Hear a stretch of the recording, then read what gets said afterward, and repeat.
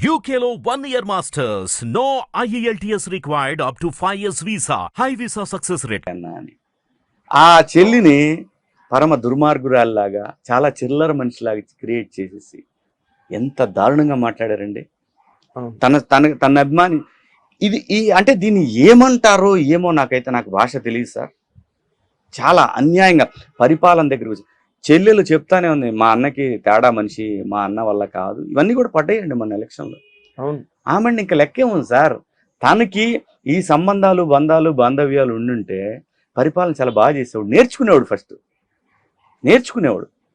తను సింపతి అనే ఒక కార్డు మీద వచ్చి ఆంధ్రప్రదేశ్లో పరిపాలన అనేది పక్కన పెట్టి, జనంలోనేమో 3000 కిలోమీటర్లు తిరిగావా, జనానికి దూరంగా చుట్టూ కంచె వేసుకుని ఐరన్ కంచె వేసుకుని బతుకుతావా, సెక్రటరీకి పోలేవా, జర్నలిస్టులను కలవలేవా, జర్నలిస్టుతో మీటింగ్లు పెట్టలేవా, ఎక్కాడా లేదా ఎక్కిన రోజు నుంచి జర్నలిస్టులతో కలుస్తున్నాడు చంద్రబాబు నాయుడు గారు. మొట్టమొదటి అసలు ఢిల్లీ వెళ్లే ముందు కూడా జర్నలిస్టులు అంటే ఇప్పుడు ఇది వారదండి, ప్రజలకిను ప్రభుత్వానికి వారది జర్నలిస్టులు. వాళ్ళతో కలవకపోతే నువ్వేం చేస్తున్నావు, ఎలా చేస్తున్నావు అని ప్రజలు ప్రెస్ మీట్ ముందుకు వచ్చి మాట్లాడింది లేదండి లాస్ట్ 5 years లో. ఎలా ఉంటదంటే అండి, అసలు లేదు. నేను చెప్తాను కదా, అతను ఒక ఎంపైర్ అండి. ఖచ్చితంగా జగన్మోహన్ రెడ్డి అనే వ్యక్తి ప్రజాస్వామ్య దేశాల్లో పనికిరాడు. ఆయన ప్రజాస్వామ్య దేశాల్లో ఆయనతోని కాని పని. నియంతృత్వం ఉన్న చోట చంద్రబాబు నాయుడు గారి మీద కోపం ఉంటే అరెస్ట్ చేశావు, ప్రజలు ఏం చేశారో చెప్పారు. అన్న క్యాంటీన్లు ఏం చేసి మీ నాన్న పేరు పెట్టు, పేదవాడికి అన్నం పెట్టేది రోజు. ఆ ప్రజావేదిక ఎందుకు కూల్చేశావు? చంద్రబాబు నాయుడు గారి ఇంటికి గోడ కట్టిపడేసి అక్కడి నుంచి నడిపించు. ప్రజావేదిక ఏం చేసింది, ఎందుకు కూల్చేశావు? చెయ్యాలనుకున్నప్పుడు ఎన్ని రకాలుగా పోలవరం రివర్స్ టెండరింగ్ అని చెప్పి 1700 కోట్ల రూపాయలు తగ్గించానని చెప్పి మీరు అక్కడ లిటరల్గా ఒక చిన్న ఇసుక పోసే కార్యక్రమానికి 3000 కోట్ల రూపాయలు ఇచ్చారండి కాంట్రాక్టర్.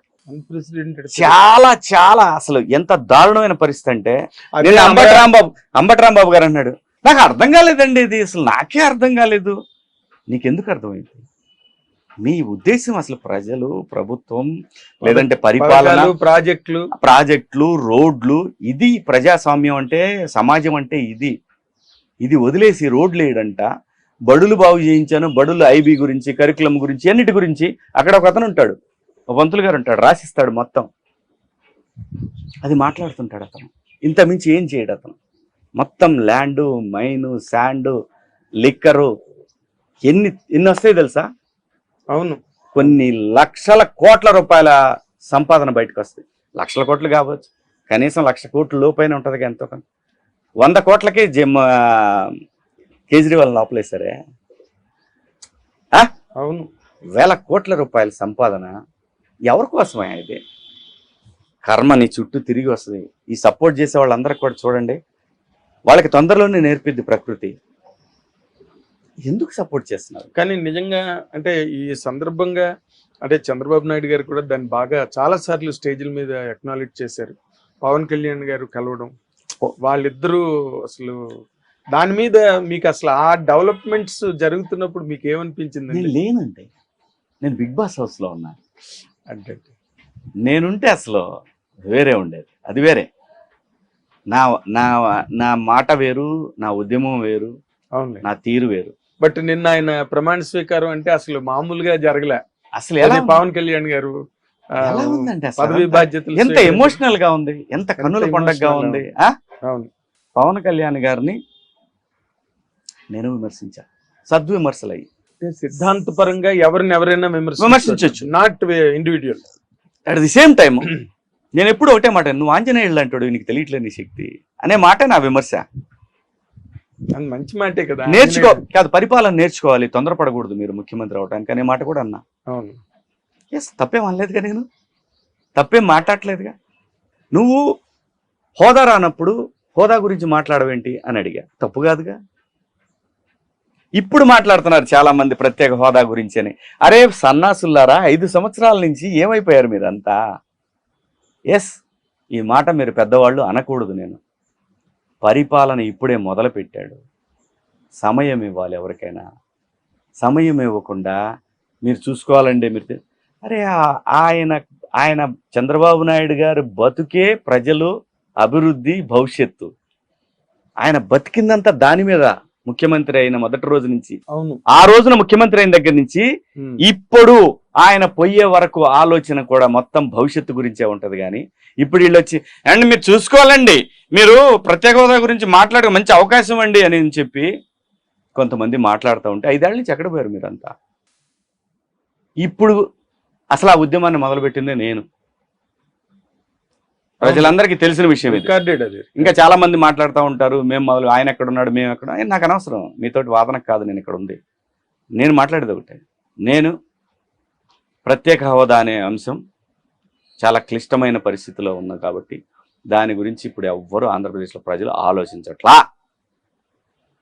చంద్రబాబు నాయుడు గారికి తెలుసు, పవన్ కళ్యాణ్ గారికి తెలుసు ఏం చేయాలనేది. వాళ్ళు ఏం చేస్తారో ప్రజలు చూస్తున్నారు. మీరు మీ యొక్క సొంత ఎజెండాతోటి మీరు బయట ప్రజలకి, ఎందుకంటే మీకు ప్రజాస్వామ్యం అదే గొప్ప విషయం. మాట్లాడే హక్కు ఉంది, మాట్లాడండి, తప్పలేదు, మాట్లాడండి. ఆ మాటలు 5 సంవత్సరాలు లేవు. ఆ విలువని గుర్తించండి. నేను అనేది ప్రజాస్వామ్యం, ఆ ప్రజాస్వామ్యానికి ప్రభుత్వ అధినేత ఇచ్చే విలువ మీరు మాట్లాడండి, తప్పులేదు, మీకు మాట్లాడే హక్కు ఉంది. కానీ ప్రజలు ఏం గమనిస్తున్నారు? మాకు కావాల్సింది జగన్మోహన్ రెడ్డి వద్దు, మేము స్వేచ్ఛగా బతకాలి, మేము స్వేచ్ఛగా మాట్లాడాలి అనే ఉద్దేశంతో చంద్రబాబు నాయుడు గారికి, పవన్ కళ్యాణ్ గారికి, కూటమికి అవకాశం ఇచ్చారు. అది కూడా అసలు అన్ప్రెసిడెంటెడ్ విక్టరీ కదా. అసలు అక్కడ నభూతన భవిష్యత్ సెంటర్ లోకి వెళ్ళినప్పుడు కూడా అసలు నరేంద్ర మోడీ గారు చంద్రబాబు గారి గురించి మాట్లాడింది కానీ, పవన్ కళ్యాణ్ గారి గురించి మాట్లాడింది కానీ ఆంధీ అన్నాడు. సాక్షాత్తు ప్రైమ్ మినిస్టర్ పవన్ ఆంధీ అని అలా నేనని సార్ ఒకటే. ఆయన చంద్రబాబు నాయుడు గారు కూడా ఎక్నాలెడ్జ్ చేశారు దాన్ని.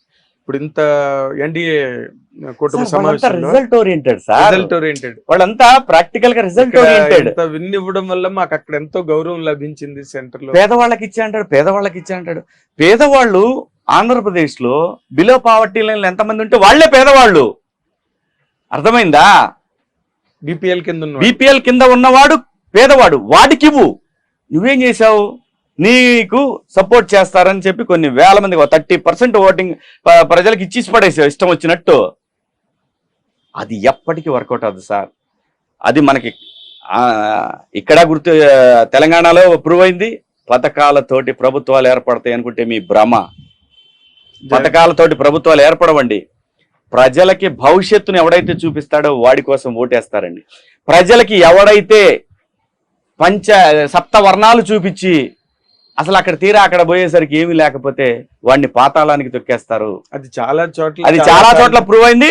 తెలుగు రాష్ట్రాల్లో కూడా ప్రూవ్ అయింది.